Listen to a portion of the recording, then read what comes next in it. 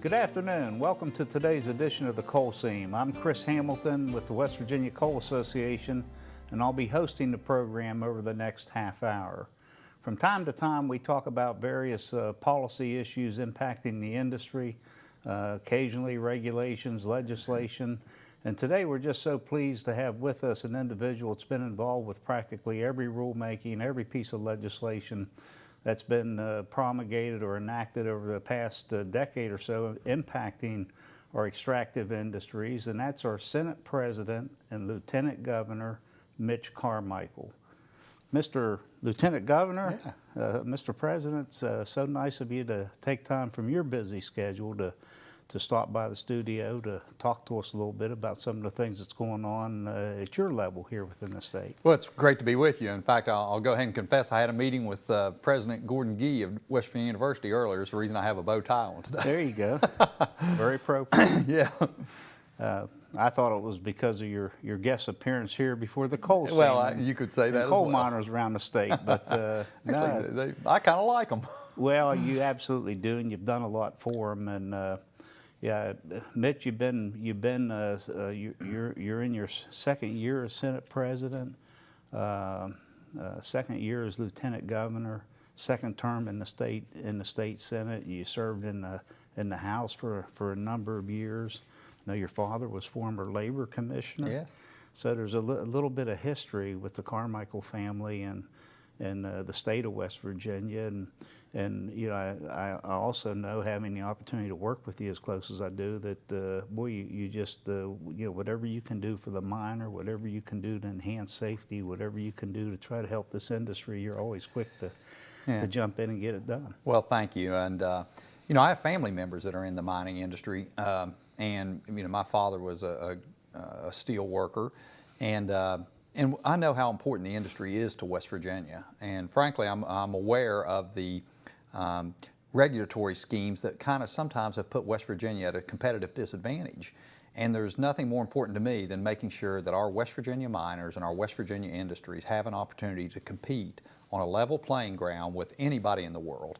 And so we need to put our rules and regulations and tax structures in a position that enables our people to compete. And in doing so, Chris, I'm convinced that we will win every time.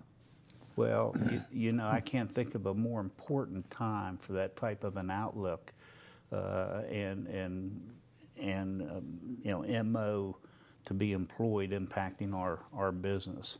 You know, after what we've been through, you know, fighting EPA and our federal government, and the consequences or the hit that took on the state from a budget standpoint, revenues, coal jobs were cut in half, our production was cut in half. I mean, we're at a real transitional time here, and you have all this, this discussion taking place on the national level as well. You know, whether, and the real issue is whether or not coal is going to continue to play a role in our national domestic energy circle going forward. Well, you're right. The last 8 years, excuse me, of the Obama administration, and that national trend from the party that he represented has just absolutely decimated, frankly, the coal industry and the fossil fuel industry in West Virginia and throughout the nation, frankly.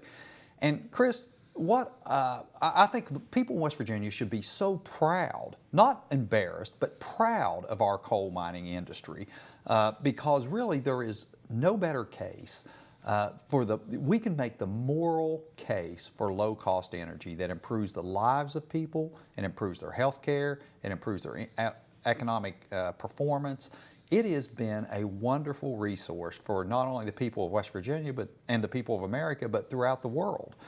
And it's high time that we you know, re-recognize the many advantages that the coal mining industry and the extractive industries have on the national output. You know, our miners, without question, are the best in the world. The guys that are working at whether it's an underground mine or a surface mine here within the state today, generally speaking, you know, we've not seen a whole lot of turnover here over the past couple decades. We've tried to infuse some newer miners into the workforce, but the guys that are there, generally speaking, have 20, 25 years of experience. I mean, they are all at journeyman level. They take a great pride in their work and the way they go about it. And they're really just top-notch mining professionals. Actually, I'm very familiar with one of them in particular. Well, two. My brother-in-law is a coal miner, George Hilbert, but one of our state senators, Senator Randy Smith, is a That's coal right. miner. And you can't find a more professional, more qualified, articulate, professional individual. And so I'm very impressed with him. And he represents, I think, he'll talk about it, the entire workforce. I mean, he's representative of that. And so we're, wow. No, he is. Think about that for a moment. He's Yeah. a miner by night, and then he comes down here and he's a state senator during the day, and he makes that change of clothes on his way to Charleston. Absolutely, and he transitions into that role as a public servant as well as anyone. And so, your industry, the industry that you represent, you've done such a good job of bringing to the legislature the issues that confront your industry, so that we can put you in a competitive position and make sure that our mines are safe, they're efficient, and that the workers are able to provide the natural resources to power America. Well, and it's just not mining. We have all this abundance of gas here, and we're just such a strong energy state. And we've taken this hit over the last decade, and we've taken some water, actually. And we're moving beyond that. We're showing signs of recovery. And we credit the Trump administration. Where he places mining, he wants to do what he can to change policies, to try to reverse the negative trends, and he wants to start making things again, which means we're going to use more power. He wants to start building things here, and he wants to help the steel industry, which helps our met coal industry. And so it's just we're seeing a lot of change from a policy standpoint, and we hope that all that transform into a robust industry where we were a few years ago. And that's a big question, whether this can be sustained or not going forward, but we're optimistic it is. And I just want to say, we feel really fortunate as an industry, to have you and your leadership on the state level. We know that Governor Justice shares a lot of your concern and interest in helping the industry. And then we have President Trump on the national level. If we can't get it done here in the next few years, we may be in for a longer, tough road. But well, I think you've said it well. It's a great time to be a West Virginian. We have so much opportunity right now, Chris. We feel the resurgence of our coal industry and our natural resource industries. As you say, the Trump administration has lifted the boot of the federal government's regulatory schemes from the neck of West Virginia. And so we're clawing back up, and so we're starting to see those severance tax revenues come back. More miners are working. That translates into tax cuts for working West Virginians. It translates into funding of our schools, our public safety, our police officers, and so forth. And we can be here in West Virginia the greatest, most prosperous, fastest growing state in America over the next few years if we follow the direction of our president and then get our house in order in West Virginia. We're ready to go. Well, it's exciting, and we also point out that here in West Virginia, while we recognize all of the problems that's been caused by our federal government on our extractive industries the past few years, I got to say it's so refreshing to be around you and your colleagues who recognize that the federal government's playing a role, but you don't accept that as kind of the way it has to be. You want to see what you can do on the state level to help, notwithstanding the things that you can't control on the federal level. That's a really good point. We often talk about, okay, the federal oversight is killing West Virginia and so forth, but then we come back to the point that you just made. What can we do in West Virginia to make sure that our industry is prosperous and has the proper regulatory schemes in place. So we have the past 3 years passed the Coal Jobs Mine and Safety Act, numbers 1, 2, and 3. So every year we have provided additional benefits and prosperity to the coal industry. We're now looking at the tax structure as it relates to severance taxes and so forth, so that we absolutely do everything we can in the state of West Virginia to make this a great industry again, as it has been, it continues to be. Well, we enjoy the partnership we have with the legislature and the governor at the current time. Everybody's looking for ways to cut costs without compromising safety or environmental quality. No one wants to do that. Nobody will do anything that will actually, put a miner in jeopardy or diminish the environment in any way, shape, or form.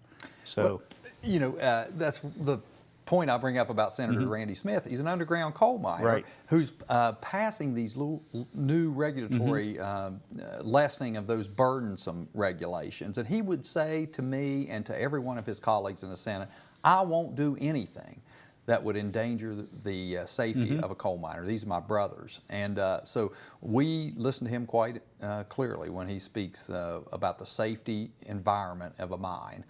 And Chris, I was pointing out also, I have an opportunity to travel throughout the United States talking about the West Virginia resurgence of our economy and so forth. And many people in some of the states don't, they look down on the coal industry and so forth, but then they recognize when we're done talking to them all the benefits that it brings. And so again, I just want to make sure that we all hold our heads high as West Virginians, knowing that we're powering the world with low-cost, efficient energy. No question. A lot of discussion right now about preserving what they refer to as base load power. Yes. And that's the power that's typically generated by coal and even nuclear energy. And that's the power, that's the base load. That is what sustains our grid and the delivery of household and industrial electricity and power. And there's concern over more than what's already been removed by way of renewables. And there's just a lot of emphasis on that going around right now. And the other point is, while renewables will compete against coal for general generation of electricity going forward, no question about that, because utilities are under obligation to use the lowest cost power. But when it comes to steel making, there's no substitute for coal. And a lot of people who question why we're still mining coal just have never made that connection with steel production around the world. Right. And when you think of places like China and India and other areas around the world that are still developing as a nation, they use just tons of steel and thus tons of West Virginia coal in their basic manufacturing and infrastructure development programs. We have some of the best metallurgical coal in the world. Yes. And as our infrastructure needs expand and the steel industry continues to grow, and as you say, third world countries building out their infrastructure, this coal is vitally needed. It is. And you're right, so many people don't even think about some of these coal and steel production. Green environmentalists that are extremists, because we're all environmentalists, and we want to leave this world a better place for our next generation of Speaking of which, we always say that we have the best environmentalists anywhere in the state, right at our mine reclamation. No question. We have, just people that have degrees in horticulture, landscape, architecture. They're out there reclaiming these mine sites every day. They're establishing wildlife habitat, they're contouring and reconfiguring landmass. Yeah. And the guys operating the dozer, it's almost like putting icing and feathering icing on a cake. And they're that good on these dozers. And you talk about, trees. Our guys are planting more trees and putting different grasses in these post-mine land areas. Than anyone else is throughout the world. And people don't realize that throughout America and throughout the world. Because I think they take such an ideological position that they don't open their minds to the new methods in which West Virginians have developed to mine coal and to effectively reclaim the land and so forth. So there are lots and lots of benefits that people throughout the world derive from West Virginia coal mining. And I tell you, the other thing is we've become, over the past 20 years, I mean, there are examples after examples today of where there is a post-mine land development where mining used to take place all around the state. You know, we have golf courses, we have regional jails, there's some wood product locations. The Cabela's up north is on a post-mine land site. Yeah. And the FBI Center in Schools, Clarksburg, schools. yeah. And so, and we became a lot better. I used to point about 20 years ago when we really started to get into the mountaintop mining debate. We became a lot better in planning out these areas where mining was going to take place. Because we always said, you know, tell us while we're in there with all this heavy equipment moving land and, you know, the dozers are working, you know, tell us then what you envision as a county commission or local government. You know, what do you want this place to look like 20 years? You know, is there a possibility of developing an industrial site or a commercial site here? And if there is, tell us while we're in there with the equipment, not afterward. You know, one of the most expensive aspects of any construction job or any development is the preparation work and the moving the earth. And so, get that out of the way. Get that out of the way. Tell us why we're in there with the equipment. You want the road over here? You want a little wider? You know, we can reconfigure and make that all work. And we've done really well with that. It's almost been a hidden success story of the mining industry as it relates to surface mining. Well, that's many people don't realize that. In fact, you know, just all the projects that you just went over and explained it to me, I didn't even realize all of those. So I think it is a great partnership, really, between the coal industry and some of the governments that are affected in the local areas. As you say, one of the things that West Virginia needs most desperately is a piece of flat land. And you know, I'd be remiss if I didn't mention it within the context of this discussion, the partnership that the industry has forged with the state's military and National Guard under General Hoyer. Yeah. You know, that started with General Tack and it's continued with General Hoyer. And we have drop zones, obstacle courses, shooting ranges, you know, where they're bringing people in from all over the country here in West Virginia and they're preparing them for, you know, what they may find in Afghanistan or Iraq or, you know, somewhere where they may be dispatched to.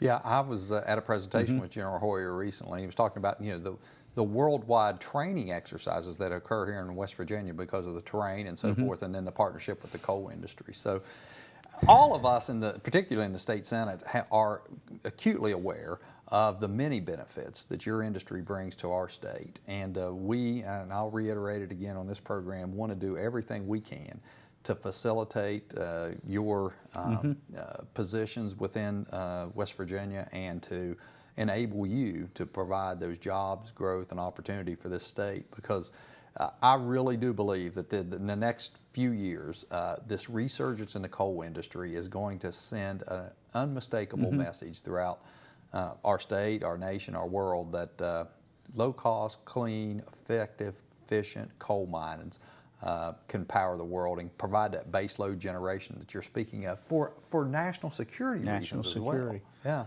There's where it's taken on a higher level of concern and interest. Yeah. You know, you hate to think about it, but you have to plan and have to be able to at least withstand perceived terrorist attacks and things like that. And you know, it stands to reason that if you want to cripple an economy or a country, boy, if you can hit the power supply, you know, you begin to mount real negative consequences almost immediately with your healthcare system, your education, the safety and whatnot and the basic needs of your citizenry.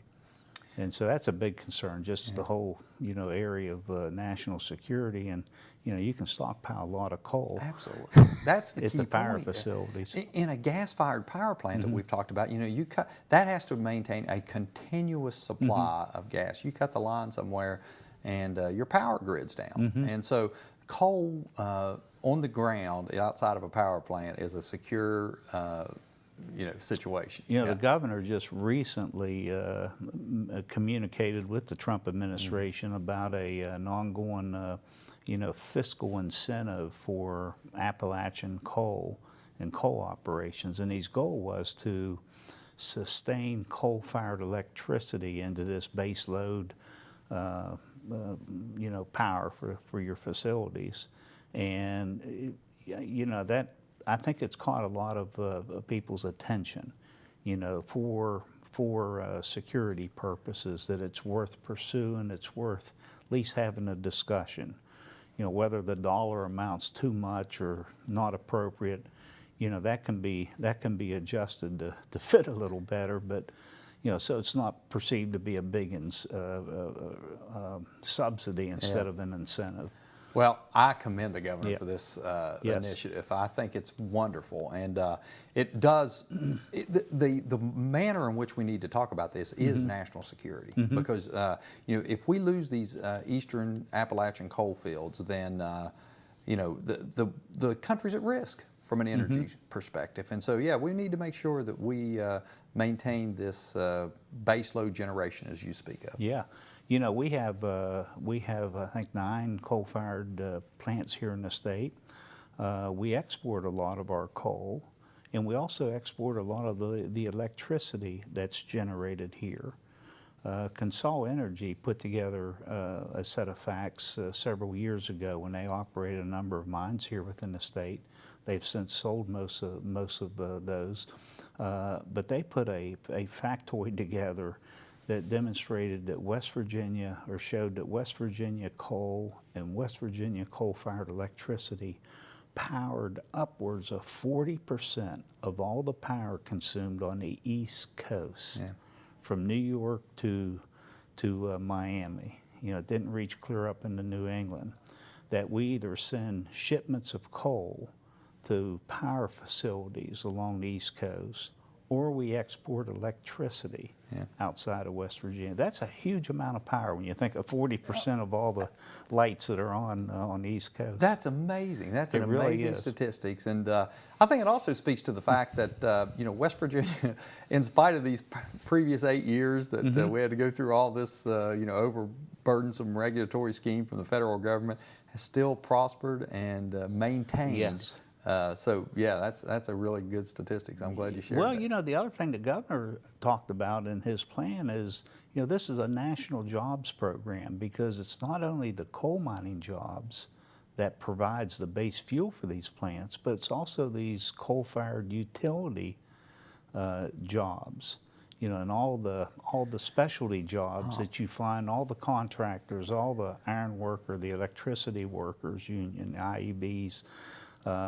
There was a report recently issued that I gleaned over here a week or so ago, Mitch, and it showed that there are actually more workers at coal-fired power plants around this country than what there are coal miners. Wow. I mean, it was really Yeah, impressive. wow. It was like just under 100,000 workers at these plants, and I think there's like 90,000 coal miners at the current time. Jeez. Nationwide. Well, So, you start replacing the mining jobs, and then you eventually are going to replace these coal-fired power facility employment levels too. Well, one of the things that we saw during the past 4 or 5 years in West Virginia, as the coal mine industry was under attack by the National Administration, we saw the jobs decline because it just made it more difficult to conduct your business. But the spin-off jobs from the coal mine industry, as you say, Right. oh my gosh, we saw the devastation upon the state revenue projections because of those. Decline in the coal industry led to the decline in so many other job areas. And so, the coal industry provides not only the direct employment, but those spin-off jobs are just enormous to benefit to the economy of West Virginia. And you know, it's just we welcome. I mean, I want to make it clear that we actually welcome and invite diversification. You know, the more Competition's good. diversified, not just competition within the extractive energy sector, but diversification generally. But we don't think you should sacrifice a coal job for a new Macy's job, for instance. We think we can have them both. And I point that out because some people use that, you know, we ought to diversify as a mask that they really want to do away with mining. No, that's a good point. But, you know, we've been trying to divert. It's not like we haven't been trying, and our policymakers and political leaders haven't been trying to diversify and bring in new businesses. Well, I tell you, from It's my tough. perspective, you know, I'm a free market person, economist from that perspective, and I believe that every time the government steps into this foray and imposes their, you know, ideas about where the economy should go and so forth, I think the free market, the laissez-faire, the person, the entrepreneurial spirit will look at the opportunities in West Virginia from low-cost energy as a result of coal and all the other things and say, I'm going to start this business or this business. And it's something that nobody in the legislature or public policy could envision. It's just that entrepreneurial spirit. You know, like Henry Ford, who would have, you know, when he invented the, you know, Model T, he probably nobody in the government thought about it, but he did. And same way with the computer industry, which I'm a part of, and so forth. That you know, when government imposes themselves on these things, I think it's just best to let laissez-faire economics prosper. No question about that. You mentioned you just had a conversation with Gordon, President Gee at West Virginia University.